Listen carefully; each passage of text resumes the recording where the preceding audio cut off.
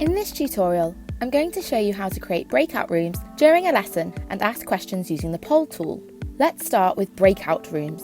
Breakout rooms are a great tool for encouraging collaboration. You can allocate pupils to a breakout room, set a time duration for them to work on a task or question, and then have the groups rejoin the lesson to feed back. Breakout rooms are created by going to the user list and clicking the small cog symbol. A drop-down menu appears. Select Create Breakout Rooms and then choose your settings. You can choose how many rooms to create, the length of time pupils will spend in a room,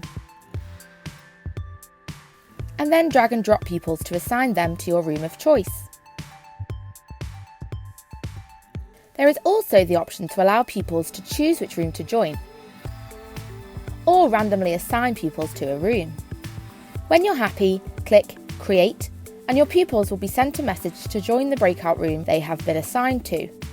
It looks like this. Pupils then see a screen almost identical to the usual lesson screen, but only containing the pupils in their breakout room. If I go back to the teacher's view and click Breakout Rooms, I can see I can manage my breakout rooms here. As the teacher, you can enter any room, see how long is left from the time limit you chose, and if you wish, choose to end the room sessions early. Pupils will then be taken back to the main lesson. Now let's look at polling.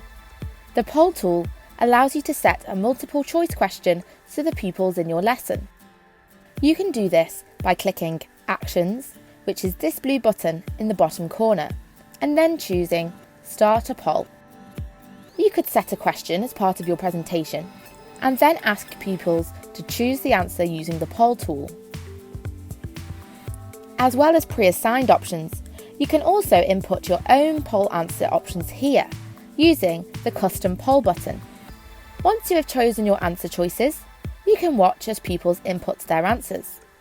They will have the option to choose an answer from the box here.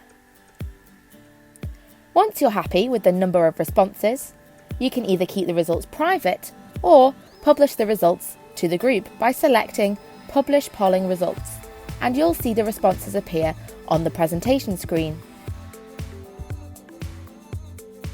You can see how each pupil answered here, and end your poll by clicking the Close button.